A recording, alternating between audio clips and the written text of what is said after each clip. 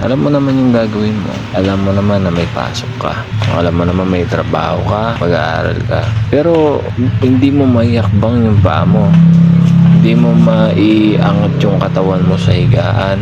Hindi ka makalabas ng bahay. Malapit ka na sa eskwelahan nyo pero iikot ka pa para mag-cutting at hindi ka napapasok. Tingin ko malaking problema yan. Kasi kung nasaan man tayo ngayon, ako naniniwala, nilagay tayo ng divine authority. Kung ano man tawag mo dyan, Panginoon o pinaniniwalaan mo na spiritual na hindi nakikita. Nilagay tayo dyan para matuto tayo. Oo, mahirap mag-aral, mahirap magtrabaho, o mahirap gawin yung mga kung ano-anong kailangan gawin sa araw-araw. Pero parte kasi yun eh.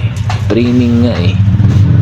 Ngayon, malinaw na yun. Lahat ng tao dumadaan dyan. Bakit ikaw ayaw mong gawin? Hoy.